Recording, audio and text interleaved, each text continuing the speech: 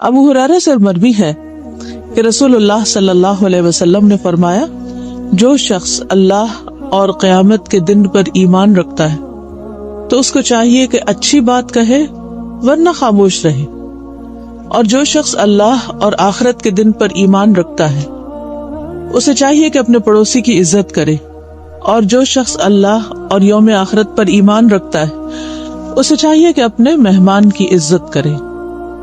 اس حدیث سے پتہ ہی چلتا ہے کہ ایمان کیا ہوتا ہے اور ایمان کے تقاضے کیا ہوتے ہیں۔ عام طور پر ہم جب لا الہ الا اللہ محمد الرسول اللہ پڑھ لیتے ہیں اور اپنے ایمان کا اقرار کر لیتے ہیں، یا یہ سٹیٹمنٹ یاد کر لیتے ہیں کہ آمنت باللہ وملائکتہ وکتبہ ورسلہ والیوم الآخر والقدر خیرہ وشرہ والبعث بعد الموت، کہ میں اللہ پر ایمان لایا، فرشتوں پر، کتابوں پر، رسولوں پر، آخری دن پر، اچھی بری تقدیر پر، اور مرنے کے بعد جی اٹھنے پر، تو ہم سمجھتے ہیں کہ اب ہم مسلمان ہو گئے، مومن ہو گئے، اور اب جنت ہمارے لیے واجب ہو گئی۔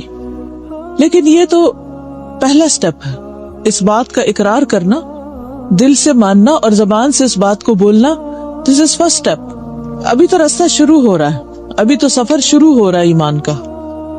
اصل ایمان کیا ہے کہ انسان دل میں بھی ان حقیقتوں کو مانے، زبان سے ڈکلیئر کرے، اور اس کے بعد اس کے مطابق اپنے عمل کو بدلے، تب ایمان مکمل ہوتا ہے۔ اور اگر کوئی شخص زبان سے کہتا ہے لیکن اس کا عمل اس کے خلاف ہے تو وہ اپنی ہی کہی ہوئی بات کو جھٹلا رہا ہے۔ تو یہ دیکھتے ہیں کہ نبی صلی اللہ علیہ وسلم نے مومن ہونے کی کیا شرائط بتائی ہیں یہاں پر۔ تو اس سے پہلی چیز جو بتائی گئی وہ ہے کہ جو شخص اللہ اور آخرت کے دن پر ایمان رکھتا ہے، من کان یؤمن باللہ والیوم الآخر فلیقل خیرا، تو اسے چاہیے کہ منہ سے اچھی بات نکالے، اچھی بات کہے، او یا پھر لیصمت، خاموش رہے۔ یہ ایمان کا تقاضا ہے۔ ہمارا ایمان ہمیں اس بات کا سبق دیتا ہے کہ ہم اپنی زبان کے اعمال کو سنوار لیں، اور اسی طرح جو ایمان رکھتا اسے چاہیے کہ وہ اپنے ہمسائے کی عزت کرے، اس کا خیال رکھے، اور جس کا ایمان ہے اسے چاہیے کہ وہ اپنے مہمان کی عزت کرے۔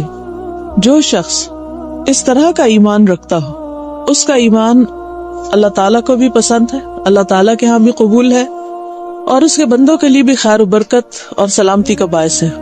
لیکن اگر کوئی شخص زبان سے یہ کہتا ہے کہ میں مانتا ہوں لیکن ان اصولوں پر عمل نہیں کرتا، ان چیزوں کو اپنی زندگی میں نہیں رکھتا، تو وہ ایک طرح سے اپنے ایمان کا خود مذاق اڑا رہا ہے، کیونکہ وہ جو کہتا ہے وہ کر نہیں رہا۔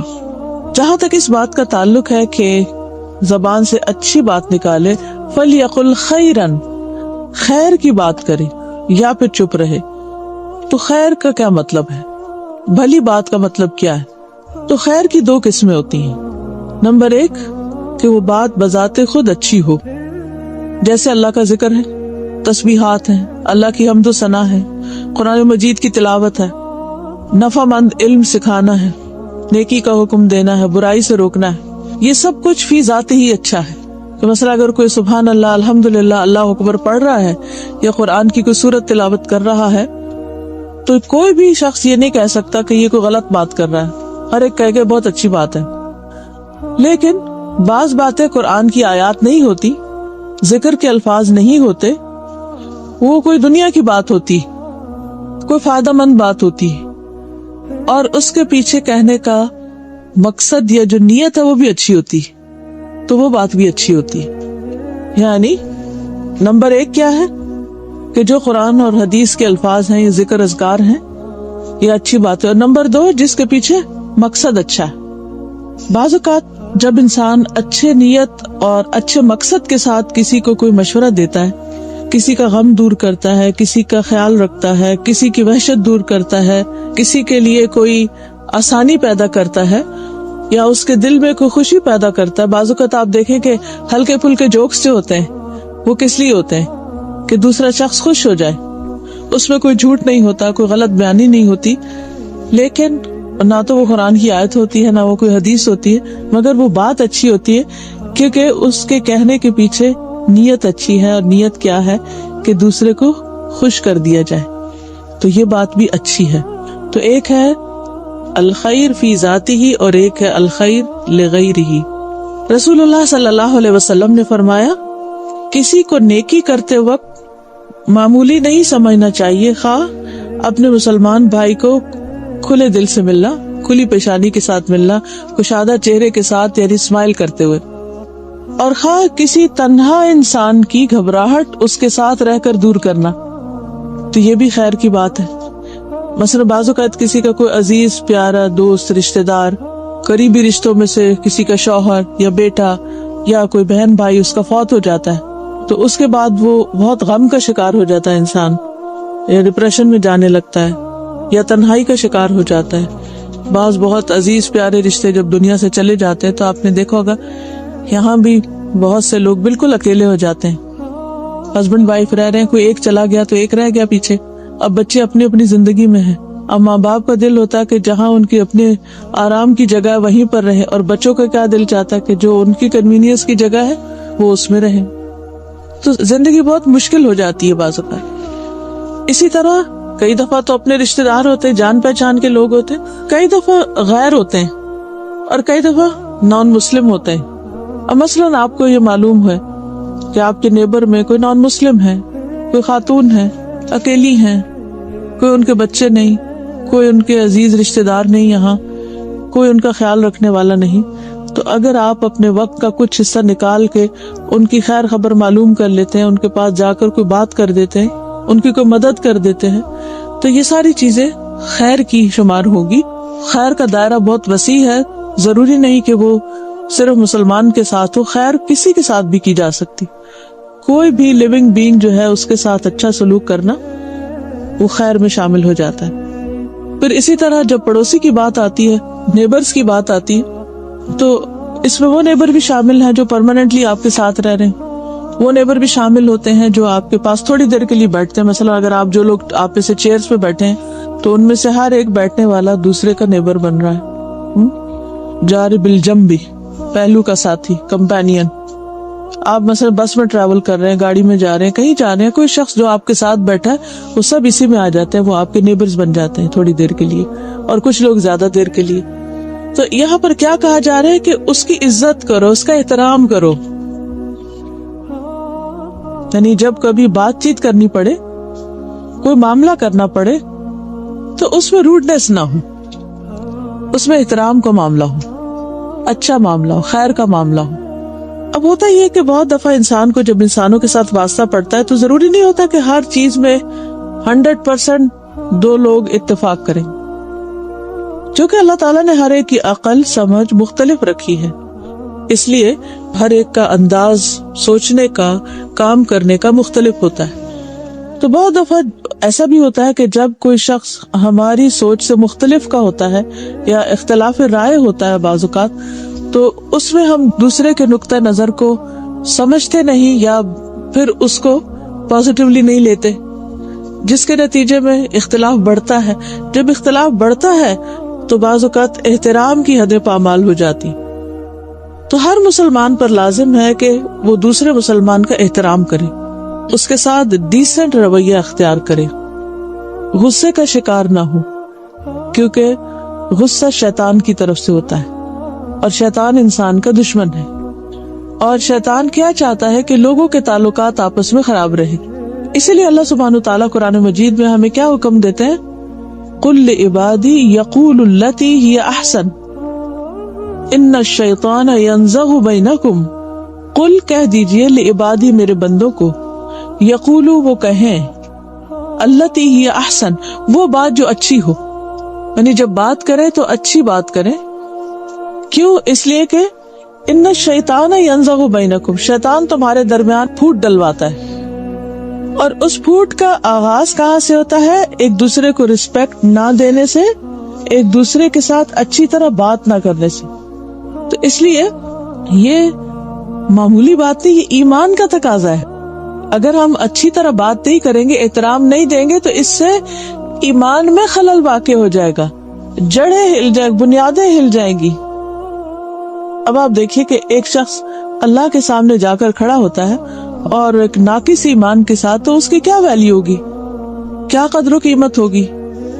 پھر اسی طرح جب پڑوسی کا احترام ہے تو صرف بات کے ساتھ احترام نہیں، بلکہ اس کی ضروریات کا خیال رکھنا اور اس کے ساتھ اچھا سلوک کرنا موقع کی مناسبت سے. اور پھر فَلْيُكْرِمْ ضَيْفَهُ، مہمان کی عزت کرنا. یعنی خواہ کوئی آپ کے گھر میں مہمان ٹھہرا ہوا ہے یا ویسے آپ کے علاقے میں کوئی مسافر ہے، اجنبی ہے، کوئی مسجد میں آ کے ٹھہرا ہے یا کسی بھی طرح، یعنی کوئی بھی ایسا شخص جو کسی جگہ کا پرماننٹ ریزیڈنٹ نہ ہو، مسلسل وہاں رہنے کے لیے نہ ہو، اس کا گھر وہاں نہ ہو، تو ایسا شخص جو ہے وہ مہمان کے زمرے میں آتا ہے. عام طور پر یہ ہوتا ہے کہ مہمان اگر رشتہ دار ہو تو لوگ رشتہ داری کا حق سمجھ کے اس کے ساتھ اچھا سلوک کرتے ہیں، لیکن بعض اوقات مہمان رشتہ دار نہیں ہوتا، کوئی دوست ہو سکتا ہے، کوئی جان پہچان کا شخص ہو سکتا ہے. اور بعض اوقات یہ بھی ہوتا ہے کہ نہ وہ رشتہ دار ہے، نہ وہ دوست ہے، وہ جان پہچان کا بھی نہیں، اجنبی ہے. مثلاً آپ لوگ یہاں پر رہتے ہیں، کسی کے کوئی رشتہ دار پیچھے سے آتے ہیں، تو اب آپ کے رشتہ دار ہیں لیکن آپ کے نیبرز کے وہ رشتہ دار نہیں، آپ کے نیبرز ان کو نہیں پہچانتے یا ایک دوسرے کو نہیں جانتے. تو ایسے میں کیا ہوتا ہے کہ جو شخص دور سے آنے والا ہوتا ہے، کسی اور علاقے سے آنے والا ہوتا ہے، پھر وہ ایک وحشت سی محسوس کرتا ہے، گھبراہٹ محسوس کرتا ہے، بعض اوقات ان وانٹیڈ اور ان ویلکمنگ رویہ ہوتا ہے. تو یہ چیز مسافر کو تکلیف دیتی ہے یا انسان اس کو توجہ نہیں دیتا. اب مسئلہ آپ دیکھیے، جیسے کسی شادی میں، کسی فنکشن میں آپ لوگ اکٹھے ہوتے ہیں تو عموماً کیا ہوتا ہے کہ سب لوگ ان کو اچھی طرح مل رہے ہوتے ہیں جو جان پہچان کے ہوتے ہیں، اس کے گلے لگ رہے ہوتے ہیں اور ویلکم کر رہے ہوتے ہیں اور ایک دوسرے کو پوچھ رہے ہوتے ہیں. لیکن جو ان نون شخص ہوتا ہے، اجنبی شخص ہوتا ہے، اس کو دور سے دیکھتے ہیں اور اس چل پڑتے ہیں، یعنی خود آگے بڑھ کر اس کو کوئی سلام نہیں کرتا. اسلام ہمیں کیا سکھاتا ہے کہ جو شخص آپ کے ساتھ اسلام کے رشتے میں بندھ گیا، وہ چاہے آپ اس کو جانتے ہو یا نہیں جانتے، اس کے ساتھ ملو جاؤ. کہ ہر اس شخص کو سلام کرو جس کو تم جانتے ہو، اور اس کو بھی کرو جس کو نہیں جانتے. انسانیت کے رشتے میں تمہارا تعلق ہے، اس کے اسلام کے رشتے میں اس کے ساتھ تمہارا تعلق ہے. اس لیے بہت ضروری ہے کہ انسان انسانی جذبات کو سمجھ کر معاملہ کرنے والا ہو اور انسانوں کے ساتھ بہترین سلوک کرنے والا ہو. یہی ہمارے دین کی تعلیم ہے. نبی صلی اللہ علیہ وسلم کے پاس جب کوئی آتا تھا تو بعض اوقات کوئی جان پہچان کا نہیں ہوتا تھا، آپ صلی اللہ علیہ وسلم کبھی اپنے گھر اس کو مہمان کے طور پر لے جاتے، کبھی صحابہ میں سے کوئی لے جاتا. تو یہ شرط نہیں رکھی گئی کہ کوئی رشتہ دار یا واقف انسان ہی ہو. تو اس حدیث سے ہمیں بہت ہی خوبصورت اور کام کی باتیں پتہ چلتی. پہلی بات، خیر کے علاوہ خاموش رہنا واجب ہے. فضول باتوں پہ زبان نہ کھولی جائے، گالی گلوچ پہ زبان نہ کھولی جائے، بے مقصد باتیں نہ کی جائیں، کیونکہ زبان اللہ کی نعمتوں میں سے ایک بہت بڑی نعمت ہے جو انسان کو ملی ہے. اللہ تعالیٰ قرآن مجید میں فرماتے ہیں، الرحمن علم القرآن خلق الانسان علمہ البیان. یہ ایک ایسی نعمت ہے جو جانوروں کو نہیں ملی. ان کی آوازیں کتنی مبہم سی ہوتی ہیں جو سمجھ میں نہیں آتی. تو جب کوئی نعمت ملتی ہے تو پھر اس کا حق ادا کرنا بھی ضروری ہوتا ہے. اب آپ دیکھیے کہ 3 کیٹیگریز ہو گئی پھر بات کی، خیر، لغو اور شر. یعنی اچھی بات، بیچ پر نیوٹرل بات، نہ اچھی ہے نہ بری ہے لیکن اس کا فائدہ کچھ نہیں. اور تیسری جو ہے شر ہے. تو ہمیں کیا کہا گیا؟ یہ نہیں کہا گیا کہ آپ اگر خیر نہیں تو لغو، ادھر ادھر کی باتیں کرے جاؤ کچھ نہ کچھ بولتے رہو. یہ نہیں کہا گیا، بلکہ جو کامیاب ہونے والے لوگ ہیں، جنت کے وارث، ان کی صفات جو سورۃ المؤمنون میں بتائی گئی ہیں وہ کیا؟ قد افلح المؤمنون الذین هم فی صلاتهم خاشعون والذین هم عن اللغو معرضون. کہ جو کامیاب ہونے والے مومن ہیں وہ فضول باتوں سے پرہیز کرتے ہیں، لغو سے یعنی بیکار. لغو وہ چیز ہوتی ہے جس کا نہ دنیا میں فائدہ نہ آخرت میں فائدہ، بیکار قسم کی باتیں. اور تیسری چیز جو ہے وہ شر ہے، اور شر میں بہت کچھ آ جاتا ہے. یعنی خیر کے علاوہ جو کچھ ہے وہ پھر شر ہی ہے.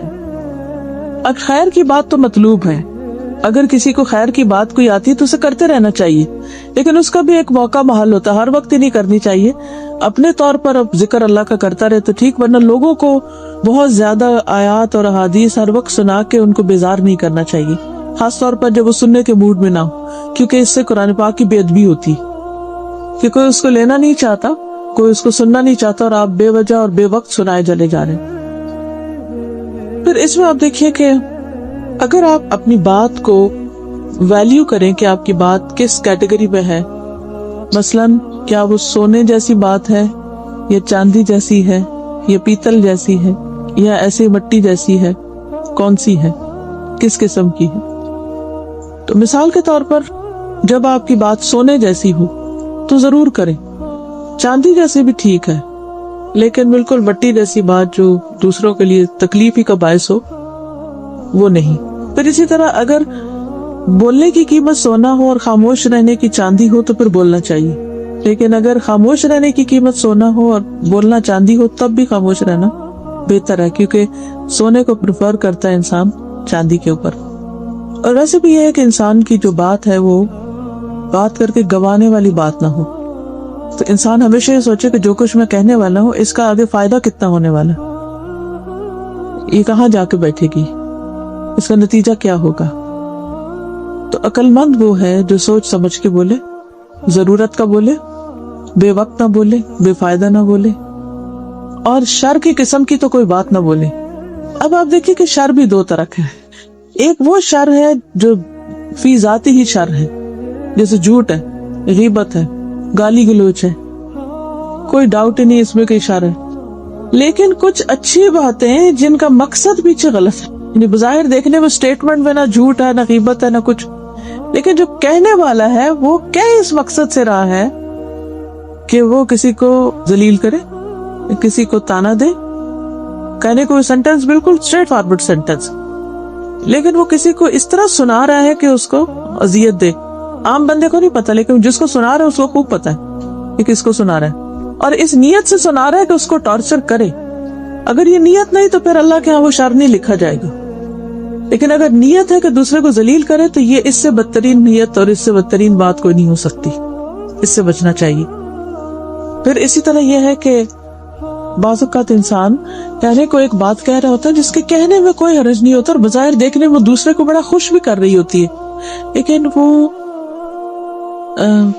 ایگزیجریشن پر مبنی ہوتی ہے، حقیقت نہیں ہوتی، صحیح بات نہیں ہوتی، یعنی پوری نپی تلی بات نہیں ہوتی. اب وقتی طور پر آپ کسی کو بہت تعریف کر کے، بہت اس کی خوبی بیان کر کے خوش بھی کر دے، لیکن یو ڈونٹ مین اٹ، صرف اوپر اوپر سے باتیں کر رہے ہیں، تو وہ بھی اچھی بات نہیں.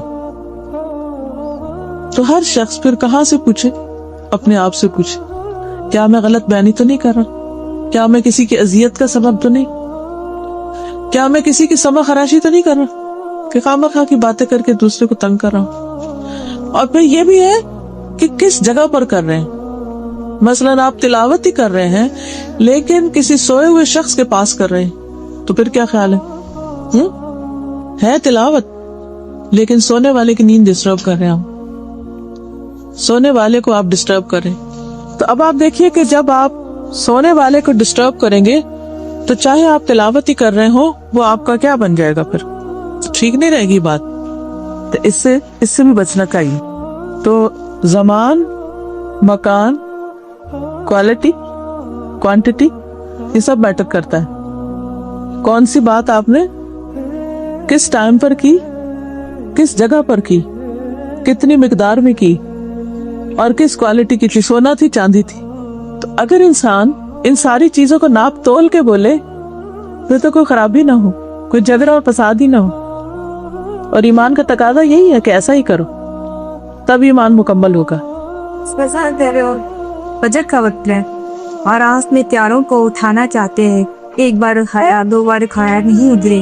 آپ نے اپنی فجر کی نماز پڑھ کے اس کے بعد تلاوت اس نیت سے شروع کر دی کہ ان کی آواز میں سنیں گے تو شاید. جی، تو ابھی میں نے عرض کیا نا کہ مقصد کیا ہے. مقصد ہے کہ گھر والے اٹھ جائیں، تو یہ اچھا مقصد ہے یا برا مقصد ہے؟ اب اگر آپ یہی آدھی رات کو اٹھ کے یا تہجد کے وقت جبکہ دوسروں کے اوپر تہجد فرض نہیں اس وقت اگر آپ کر رہے ہیں تو وہ ٹھیک نہیں، لیکن آپ فجر پڑھ چکے اور دوسروں کا اٹھنا ہی چاہیے اس وقت پڑھ رہے ہیں تو اس میں کوئی حرج نہیں۔ اب آپ اس کو خود بھی غور کیجئے، دیکھیں میں نے آپ کو جو کرائٹیریا دیا نا، مکان، جگہ کون سی ہے، زمان، ٹائم کون سا، وہی کام اگر ایک وقت میں کریں گے تو بہت ہی اچھا ہے اور دوسرے وقت میں کریں گے تو وہی اچھا نہیں، اور پھر کتنا کر رہے ہیں اور کس کوالٹی کا کر رہے ہیں۔ کوالٹی سے مراد ہے کہ کس انداز سے اور کس طریقے سے اور کس درجے کا وہ دوسروں کو فائدہ پہنچا رہا ہے، کیونکہ کچھ چیزیں ایسی ہوتی ہیں کہ جو آپ کرتے ہیں آپ کے نزدیک وہ سونے کے بھاؤ ہے، لیکن وہ دوسرے کے نزدیک اس کی کوئی ویلیو نہیں، وہ اس کو مٹی کے بھاؤ بھی نہیں لیتا۔ تو پھر آپ کو کیا کرنا چاہیے؟ مثلا قرآن کی ایک آیت سونے سے بھی مہنگی ہے۔ ایک شخص وہ ہے کہ جو طلبگار ہے اس کا، اور ایک وہ ہے کہ اس کے اوپر مار ہے وہ، تو پھر ہمیں سوچ سمجھ کے اس کو استعمال کرنا چاہیے۔ رسول اللہ صلی اللہ علیہ وسلم نے فرمایا ہر آدمی کی انتہائی بابرکت اور انتہائی منحوس چیز اس کی زبان ہے، اسی زبان سے برکتیں آتی ہیں اور اسی زبان سے نحوستیں آتی۔ اسود کہتے ہیں کہ میں نے رسول اللہ صلی اللہ علیہ وسلم سے عرض کیا، یا رسول اللہ صلی اللہ علیہ وسلم مجھے کوئی وصیت فرمائیے۔ آپ نے فرمایا اپنے ہاتھ کو قابو میں رکھو، یعنی ہاتھ سے کسی کو تکلیف نہیں دو۔ میں نے کہا کہ اگر میرا ہاتھ قابو میں نہ رہے تو پھر کیا کروں؟ اگر میرا ہاتھ قابو میں نہ رہے تو پھر کیا چیز قابو میں رہ سکتی؟ آپ نے فرمایا زبان کو قابو میں رکھو، اس کا دروازہ بند کر دو۔ میں نے کہا اگر زبان قابو میں نہ رہے تو فرمایا پھر تم اپنے ہاتھ کو اچھے کام کے لیے بڑھاؤ اور اپنی زبان سے اچھی بات کرو۔ فَلْيَقُلْ خَيْرًا، چاہیے کہ اچھی بات کرے ورنہ چپ رہے۔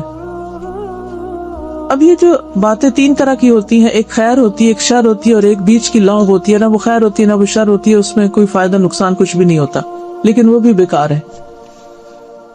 تو ہمیں اچھی بات کرنی چاہیے، اور اچھی بات جو ہے وہ یا فی ذاتی ہی اچھی ہوتی ہے یا لغیری ہی اچھی ہوتی، خیر لغیری۔ ذات میں کیا ہے جیسے قرآن اور ذکر اذکار وغیرہ، اور لغیری ہی کا مطلب ہے جس بات کے وہ بظاہر قرآن اور سنت کا لفظ یا آیت یا حدیث تو نہیں، لیکن کوئی اچھی بات ہے، لیکن اچھی نیت سے کہی گئی۔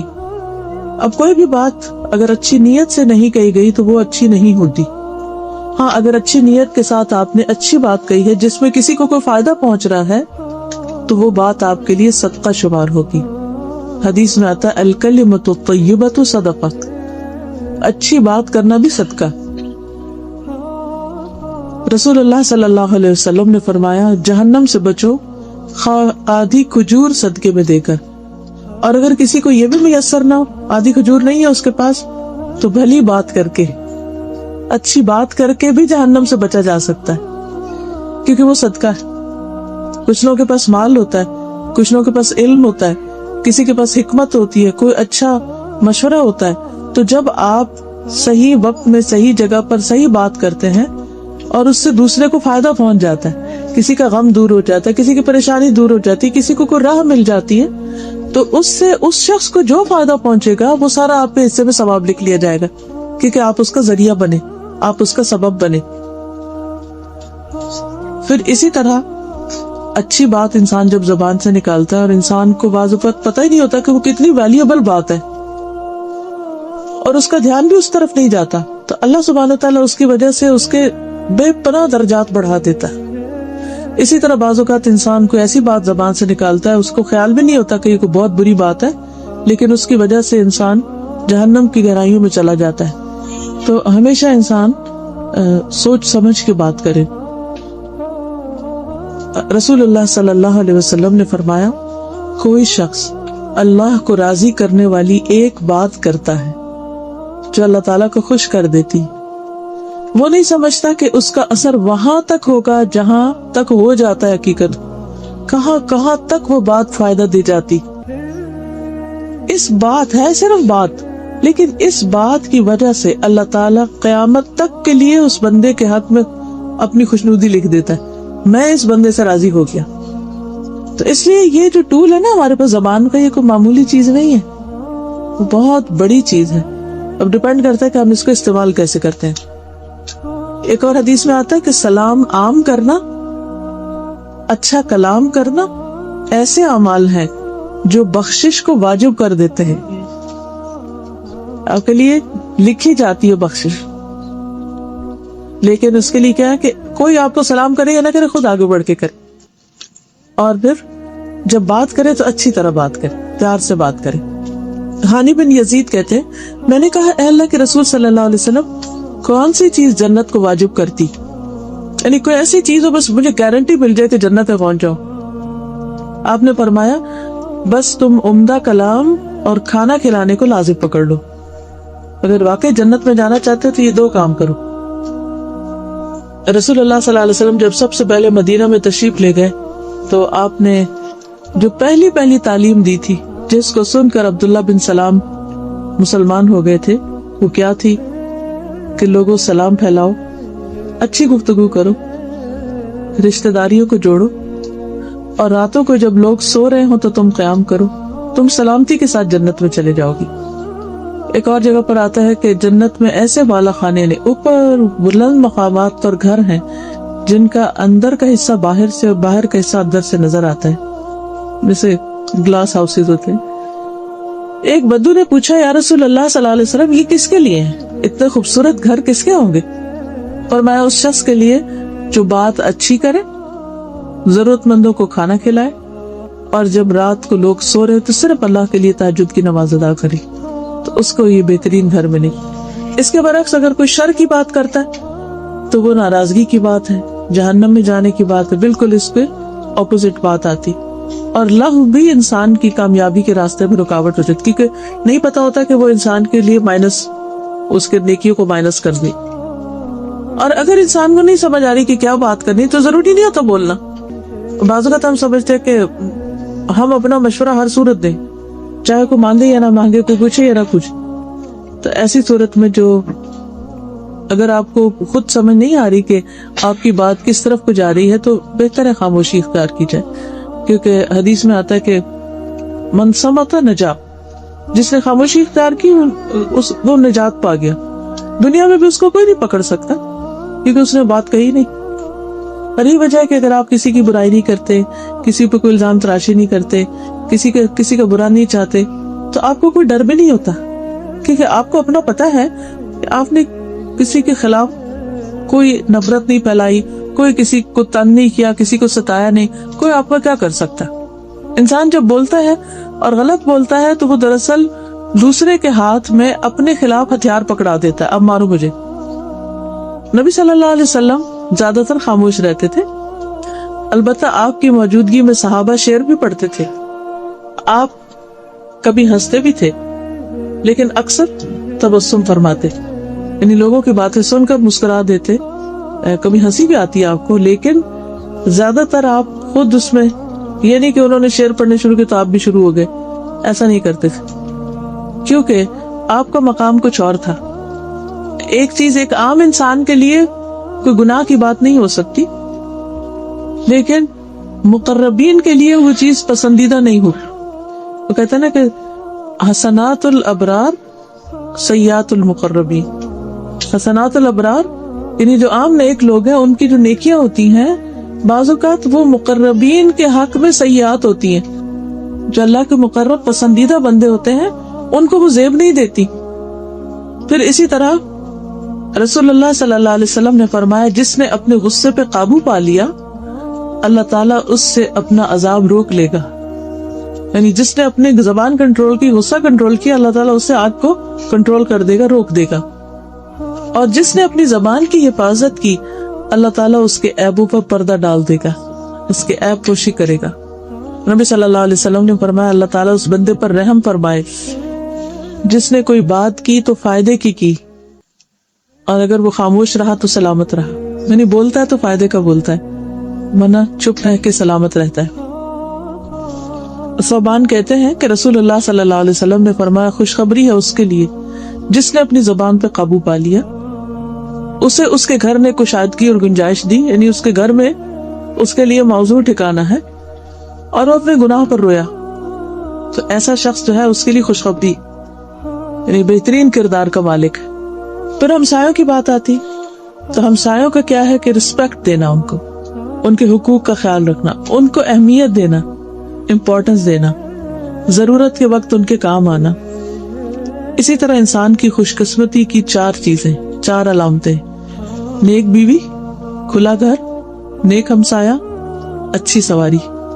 یہ 4 چیزیں جس کے پاس ہو وہ انتہائی خوش قسمت انسان ہے. اور 4 چیزیں بدبختی کی علامت ہے: بری بیوی، تنگ گھر، برا ہمسایہ، بری سواری. یہ 4 چیزیں انسان کی زندگی حرام کر کے رکھ دیتی ہیں. تو ہمیں یہ دیکھنا چاہیے کہ ہم دوسروں کے حق میں کیسے ہمسائے. حضرت عبداللہ بن عمر سے روایت ہے، رسول اللہ صلی اللہ علیہ وسلم نے فرمایا، اللہ کے نزدیک بہترین دوست وہ ہیں جو اپنے دوست کے لیے بہتر ہیں. بہترین ساتھی وہ ہے خیر الاصحاب. اصحاب کا لفظی ترجمہ تو ساتھی، کمپینین کیا جاتا ہے، وہی ٹھیک ہے، لیکن دوست ساتھی کے معنوں میں بھی استعمال ہوتا ہے. اور بہترین پڑوسی وہ ہیں جو اپنے پڑوسی کے حق میں اچھے ہیں. ہمسائے کا اتنا بڑا مقام ہے کہ انسان کے اچھے یا برے ہونے کا سرٹیفکیٹ وہ دیتے ہیں. حدیث میں آتا ہے، ایک آدمی نے پوچھا کہ مجھے کیسے پتا چلے گا جب میں نیکی کروں یا برائی کروں تو میں نیک ہوں یا نہیں؟ مجھے کیسے پتا چلے گا میں کہاں ہوں، میں اچھا ہوں کہ نہیں؟ آپ کو کبھی ایسا خیال آتا ہے کہ اپنے بارے میں پتہ نہیں میں نیک ہوں کہ نہیں، پتہ نہیں میں اچھا ہوں کہ نہیں، پتہ نہیں میں کیسا ہوں، کون ہوں؟ رسول اللہ صلی اللہ علیہ وسلم نے فرمایا، جب تمہارے نیبرز کہیں کہ تم نے اچھا کام کیا ہے تو تم اچھے، اور جب وہ کہیں کہ تم نے برا کیا ہے تو تم برے. یعنی تمہاری گواہی تمہارے نیبرز دیں گے کہ تم کون. ایک اور حدیث میں آتا، صحیح الجامع صغیر کی روایت ہے، جب تمہارے پڑوسی تمہاری تعریف کریں تو تم محسن ہو، اور اگر تمہارے پڑوسی تمہاری برائی کریں تو تم گناہگار ہو.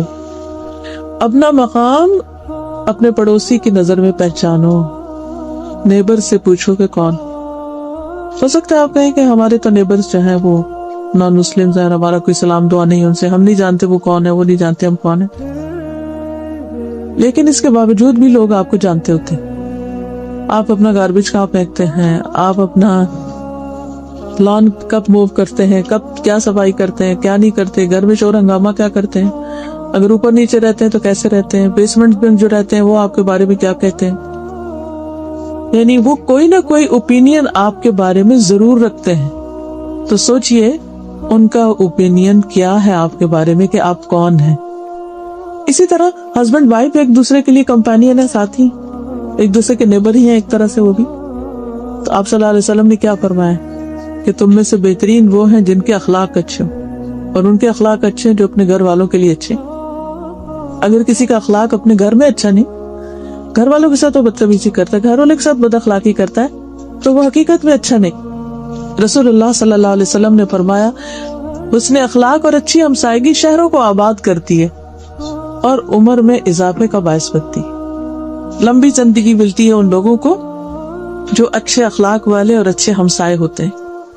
تو اس کے لیے اچھا ہمسایہ بننے کے لیے اپنے ہمسایوں کے کھانے پینے کی ضرورت کا خیال رکھنا، ضرورت کے وقت مدد کرنا، کوئی فوت ہو جائے تو اس کی تعزیت کو جانا، اس کے کفن دفن کا انتظام کرنا، بیمار ہو جائے تو اس کا پوچھنا، نان مسلم بھی ہو تو ان کا بھی خیال رکھنا. عبداللہ بن عمر کہتے ہیں کہ انہوں نے ایک بکری ذبح کی، پھر پوچھا، کیا تم نے میرے یہودی ہمسائے کی طرف بھی کچھ بھیجا؟ کیونکہ میں نے رسول اللہ صلی اللہ علیہ وسلم سے سنا، آپ فرماتے تھے، جبریل مجھے ہمسائے کے بارے میں اتنی وصیت کرتے رہے کہ مجھے خیال ہوا کہ کہیں اس کو میرا وارث ہی نہ بنا دے. پھر ضرورت پڑنے پر دروازہ بند نہ کرنا. پھر اسی طرح اس کو اگر دیوار میں کونٹی کاٹنے کی ضرورت ہے یا کہیں کچھ کسی قسم کی ہیلپ چاہیے تو اس میں مدد دینا. پھر اذیت دینے سے بچنا. نبی صلی اللہ علیہ وسلم نے 3 بار فرمایا، واللہ، اللہ کی قسم، لا یؤمن، واللہ لا یؤمن، واللہ لا یؤمن. اللہ کی قسم وہ مومن نہیں، وہ مومن نہیں، اس کا ایمان ہی نہیں. پوچھا گیا کون مومن نہیں؟ فرمایا جس کے شر سے اس کا پڑوسی محفوظ نہیں، جو اپنے نیبرز کو تکلیف دیتا ہے، وہ مومن ہی نہیں. پھر اسی طرح آپ نے فرمایا، پڑوسی کو تکلیف دینا نیکیوں کو اس طرح مٹا دیتا ہے جس طرح سورج برف کو مٹاتا ہے. یعنی سورج نکلتا تو برف میلٹ ہونا شروع ہو جاتی ہے. اسی طرح پڑوسیوں کو تکلیف دینے سے نیکیاں میلٹ ہونے لگتی ہیں، ختم ہونے لگتی ہیں. نبی صلی اللہ علیہ وسلم کو بتایا گیا کہ ایک عورت کثرت سے نماز، روزہ، صدقہ کرنے میں مشہور ہے، لیکن اپنی زبان سے پڑوسیوں کو تنگ کرتی ہے. آپ نے فرمایا وہ جہنمی ہے۔ پھر کہا کہ یا رسول اللہ صلی اللہ علیہ وسلم فلاں عورت نماز روزہ صدقے کی کمی کا شکار ہے، یہ نہیں فرض نہیں ادا کرتی، یعنی بہت ایکسٹرا نہیں کرتی، لیکن وہ صرف پنیر کے چند ٹکڑے صدقہ کرتی ہے، لیکن اپنی زبان سے ایک پڑوسی کو تکلیف نہیں دیتی، فرمایا وہ جنتی۔ اللہ سبحانہ تعالیٰ چاہتے کیا ہے کہ جو اس کی مخلوق زمین پر رہتی ہے وہ سارے ایک دوسرے کے ساتھ اچھی طرح پیار سے، محبت سے، خوش اخلاقی کے ساتھ رہے۔ مسند احمد کی روایت ہے وہ شخص جنت میں داخل نہ ہوگا جس کا ہمسایہ اس کی شرارتوں سے محفوظ نہیں۔ قیامت کے دن سب سے پہلے جو جگڑنے والے اللہ کے حضور حاضر ہوں گے وہ 2 ہمسائے ہوں گے۔ تو رسول اللہ صلی اللہ علیہ وسلم نے دعا بھی مانگی ہے کہ اللہ تعالیٰ برے ہمسائے سے پناہ دے۔ پھر مہمان نوازی آتی، بقدر استطاعت انسان اپنے مہمان کا خیال رکھے۔ حضرت ابراہیم علیہ السلام کا واقعہ قرآن مجید میں آتے کہ کس طرح انہوں نے اپنے مہمانوں کا خیال رکھا۔ پھر یہ ہے کہ جب حضرت ابراہیم کے پاس مہمان آئے تو وہ فوراً گئے اور جا کے بھنا ہوا بچڑا لے کر آئے۔ جب انہوں نے کھایا نہیں مہمانوں نے تو تب انہیں پریشانی لاحق ہوئی۔ پھر اسی طرح اگر کوئی نان مسلم بھی مہمان ہو تو اس کی بھی عزت کرنی چاہیے۔ نبی صلی اللہ علیہ وسلم نے فرمایا اس شخص میں کوئی خیر نہیں جو مہمان نواز نہیں۔ پھر اسی طرح ایک دن رات خوب خاطر مدارت کا حکم ہے اور 3 دن تک مہمانی ہوتی ہے، اس کے بعد وہ گھر کے فرد کی طرح ہوتا ہے۔ پھر 3 دن سے زیادہ میزبان کو تکلیف میں ڈالنا بھی جائز نہیں، اللہ یہ کہ کوئی بہت مجبوری ہے تو کسی کے گھر میں انسان ٹھہرے ورنہ نہ ٹھہرے۔ پھر اسی طرح یہ ہے کہ ایک کا مہمان سب کا مہمان ہوتا ہے، یعنی اگر کوئی کسی ایک گھر میں مہمان آیا تو وہ سارے نیبرز کے لیے سب کے لیے مہمان ہوگا۔ تکلف کی ممانعت کی گئی کیونکہ رسول اللہ صلی اللہ علیہ وسلم نے فرمایا نہینا عن التکلف، ہمیں تکلف سے روکا گیا ہے کیونکہ اس طرح دوسرے کا رہنا بھی مشکل ہو جاتا ہے اور دوسرا انکمفرٹیبل ہو جاتا ہے۔ اصل اچھی مہمانی وہی ہے کہ جس کے ساتھ دوسرا تکلیف میں نہ پڑے، کمفرٹیبل رہے۔ تو یہ چند باتیں مہمانی کے بارے میں ہیں اور ایمان کا تقاضا ہے۔ تو ہمارا اسلام اور ایمان اور دین اور اخلاق یہ سب ہمارے ایکشن سے پتہ چل گا۔ اور کبھی ونس اپان اے ٹائم کوئی کسی کو ملتا ہے تو اتنی بات نہیں ہوتی، لیکن جو روز ملے ساتھ رہے ان کا ایک دوسرے پر حق زیادہ ہو جاتا ہے۔ تو اللہ تعالیٰ سے دعا ہے کہ وہ ہمیں عمل کی توفیق عطا۔ سبحان اللہ والحمد للہ ولا الہ الا اللہ واللہ اکبر ولا حول ولا قوة الا باللہ العلی العظیم۔ اللہم صلی علی محمد وعلی آل محمد کما صلیت علی ابراہیم وعلی آل ابراہیم انک حمید مجید۔ اللہم بارک علی محمد وعلی آل محمد کما بارکت علی ابراہیم وعلی آل ابراہیم انک حمید مجید۔ ربنا آتنا فی الدنیا حسنۃ وفی الآخرۃ حسنۃ وقنا عذاب النار۔ ربنا لا تزغ قلوبنا بعد اذ ہدیتنا وہب لنا من لدنک رحمۃ انک انت الوہاب۔ ربنا ہب لنا من ازواجنا وذریاتنا قرۃ اعین وجعلنا للمتقین اماما۔ یا اللہ پاک جو کچھ ہم نے پڑھا ہے، سنا ہے، سیکھا ہے، سکھایا ہے، ہمیں اس پر عمل کی توفیق عطا فرما۔ اللہ ہمیں جہنم کی آگ سے بچا لے، جنت الفردوس میں جگہ عطا فرما۔ یا رب العالمین تو ہمارے اخلاق کو بہترین کر دے، ہمارے معاملات کو بہترین کر دے، ہمیں اپنی زبان کو کنٹرول کرنے کا طریقہ سکھا دے۔ یا اللہ تو ہمیں، ہماری اولادوں کو، ہمارے شوہروں کو، ہمارے بچوں کو، سب کو نیک ہدایت عطا فرما۔ یا اللہ ان سب کے اندر ایمان اور تقوی پیدا کر دے، ہم سب کو اپنے راستے پہ چلنے کی توفیق دے۔ اللہ اس دین کو، ایمان کو ہماری نسلوں میں جاری باقی رکھنا۔ یا اللہ تو ہم سب کا خاتمہ اور انجام بخیر کرنا۔